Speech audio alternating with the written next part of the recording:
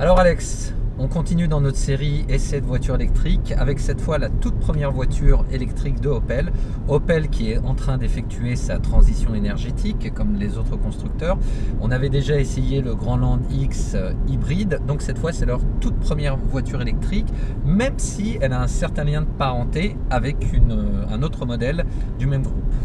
Avec la i208 de Peugeot, c'est plus qu'un lien de parenté puisque ces voitures elles sont fabriquées sur ce qu'on appelle aujourd'hui la même plateforme. Elles partagent donc les trains roulants, la batterie, le moteur, enfin énormément de choses qui font que ces voitures sont à la fois très proches mais en même temps très dissemblables pour des tas de raisons, parce que Opel a quand même gardé sa propre identité. Alors batterie, moteur, parlons-en justement. Ce sont les mêmes que cette i208, n'est-ce pas? Exactement les mêmes, une batterie de 50 kWh, un moteur de 100 kW, donc si je convertis ça fait 136 chevaux. Voilà, et avec une gestion qui est exactement identique. Les modes de conduite, le mode B comme break qui fonctionne exactement de la même manière. Donc voilà, tout ça est vraiment similaire. Si on doit choisir entre les deux, c'est vraiment pas là-dessus qu'il faut espérer pouvoir trancher. Donc ça va être sur le look que ça va se jouer. Et d'ailleurs, tiens, il y a une autre chose, une autre similitude avec la i208, c'est que cette voiture-là, cette Corsa, tu peux l'avoir en modèle thermique, essence ou diesel, ou en moteur électrique. Absolument, modèle thermique. Et d'ailleurs, je vous renvoie à notre essai que vous trouverez sur la chaîne YouTube de Next Drive, puisqu'on a également essayé il y a quelques mois déjà la version thermique. Alors, grosse différence avec la i208, c'est effectivement le look extérieur, mais aussi à l'intérieur. La planche de bord est complètement différente. Alors c'est vrai que i208, enfin ou 208, voiture de l'année, l'intérieur est très réussi, très futuriste et moderne. Là, c'est un peu plus, je dirais, épuré. C'est un peu plus consensuel. C'est plus classique. C'est plus classique, voilà, c'est le terme que je cherchais. Mais pour autant, je trouve pas ça raté. Moi, au contraire, là, l'écran principal, par exemple, la console de bord, je trouve ça très réussi. Ouais. L'intégration, elle est très bien faite. T'as pas l'impression que cet écran, on savait pas trop où le mettre. Et puis voilà, on a trouvé un emplacement quel qu'il soit. Ouais, pour moi, il y a du bon, du très bon et du moins bon.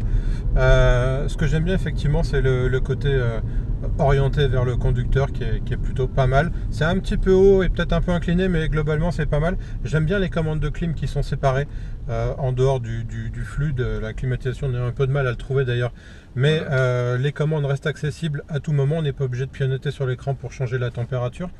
En revanche, ce que j'aime moins, c'est l'instrumentation numérique d'Opel.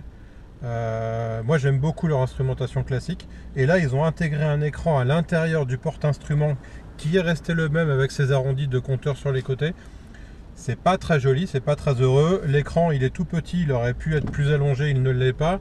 Donc voilà, on est dans une espèce de compromis. C'est pas tellement le graphisme en lui-même qui est moche, mais c'est vraiment, je trouve, l'intégration ratée pour le coup. Alors tiens, tu parlais du graphisme, mais justement il est beaucoup plus moderne dans l'instrumentation là-bas que sur l'infodivertissement. Ouais. Par contre, tout à l'heure on s'est fait la réflexion à tous les deux, c'est qu'au niveau du GPS, il y a quand même le bas qui blesse, c'est qu'on s'est souvent perdu finalement avec le GPS, parce que par exemple on va te dire de tourner à gauche à 400 mètres par exemple, mais le graphisme ne correspond pas. Ouais, c'est pas très clair, je suis assez d'accord.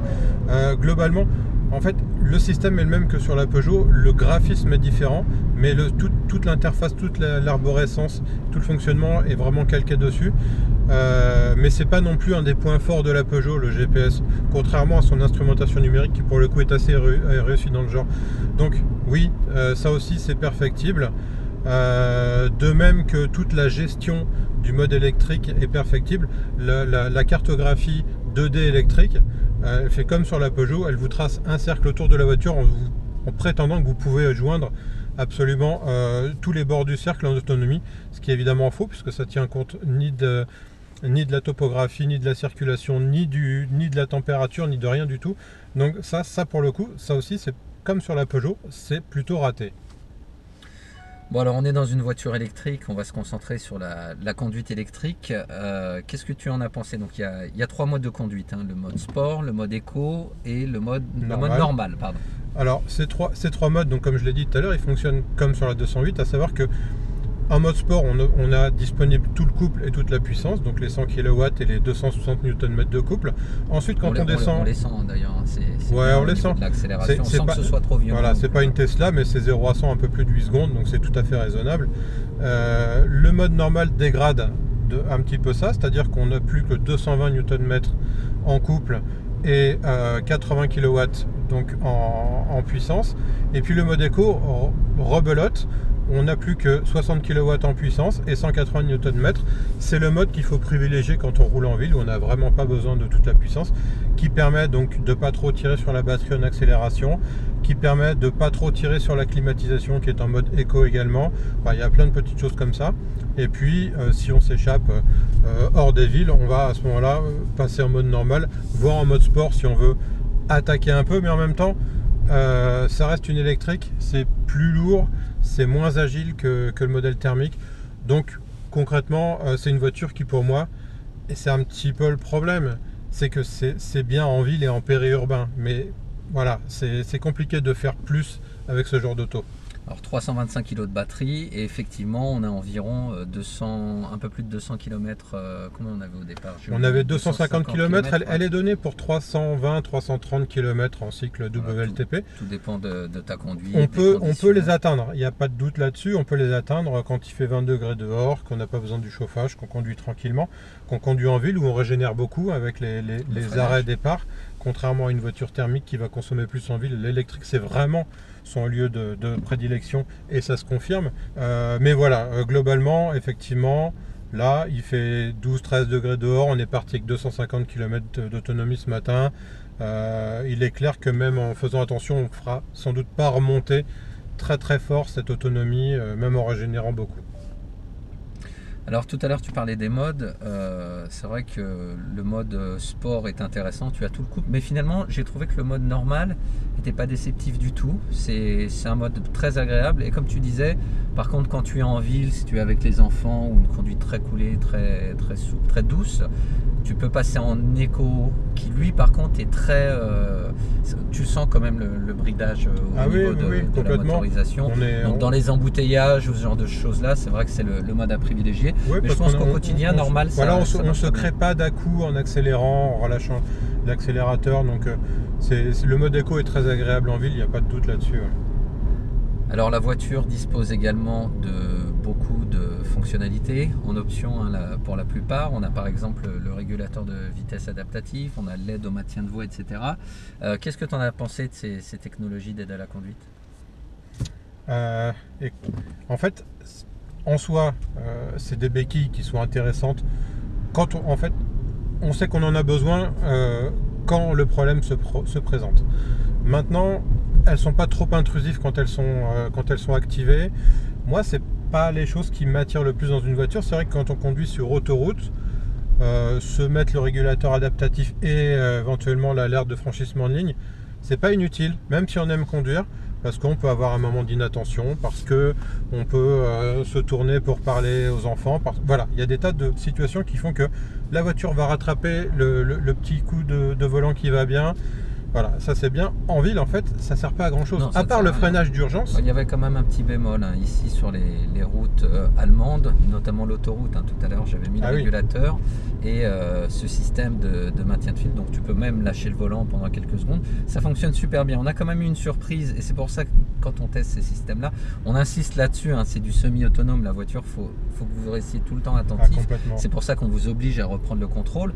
Et même quand vous lâchez le volant, toujours garder les mains à proximité. Parce que qu'est-ce qui nous est arrivé, c'est qu'il y a eu une sortie d'autoroute, donc sur cette autoroute allemande, et la voiture, au lieu de rester sur l'autoroute, elle a commencé à sortir. Alors elle a commencé à s'engager sur la sortie. Elle a suivi la file de droite. Absolument. Donc voilà, faut quand même rester attentif, même si effectivement c'est quand même bien pour pallier les petites inattentions sur la route. On va parler de la recharge également. Bon là, pour le coup, il n'y a rien de particulier. Alors, on a un système de recharge rapide quand même. Ouais, voilà, c'est ça. On peut insister là-dessus, en parler. La voiture, elle est compatible avec les chargeurs 100 kW. Donc, ce qui est plutôt intéressant, effectivement, quand on fait de la route, pour le coup, si on arrive à se faire un itinéraire en étant sûr de trouver des bornes de recharge rapide qui fonctionnent, on peut effectivement espérer voyager loin. Le problème, c'est que Peugeot n'est pas compatible avec le réseau Ionity, enfin n'adhère pas à Ionity. Donc si on veut charger dessus, il faut payer un abonnement et la recharge va coûter très cher. Voilà. Et toutes les autres bornes de charge rapide, en ce moment, hein, c'est un petit peu aléatoire. Donc voilà, c'est bien d'avoir ce système. On n'est pas sûr de pouvoir l'utiliser partout en revanche.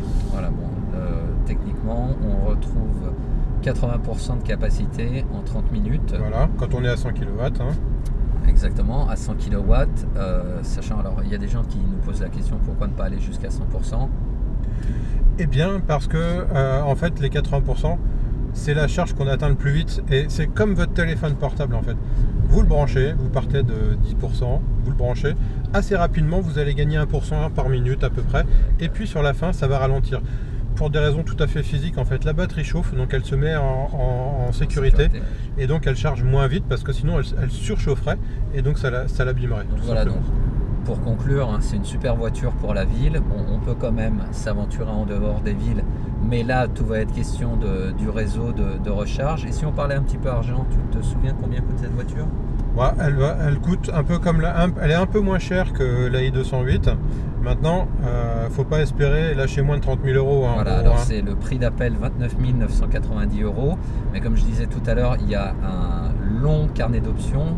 Contrairement à par exemple la Mini où là pour le coup vous avez rien en option, tout est inclus et forcément vous le payez.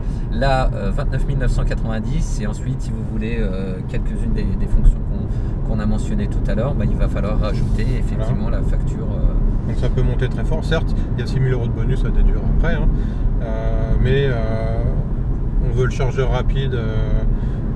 Il faut le payer, voilà, il y a la box à installer chez soi éventuellement, donc il y a tout un écosystème à créer qui coûte un peu d'argent, même si là aussi on peut se faire aider, mais tout ça c'est plein de petites dépenses supplémentaires qu'il faut intégrer dans son équation avant de signer le chèque. Hein.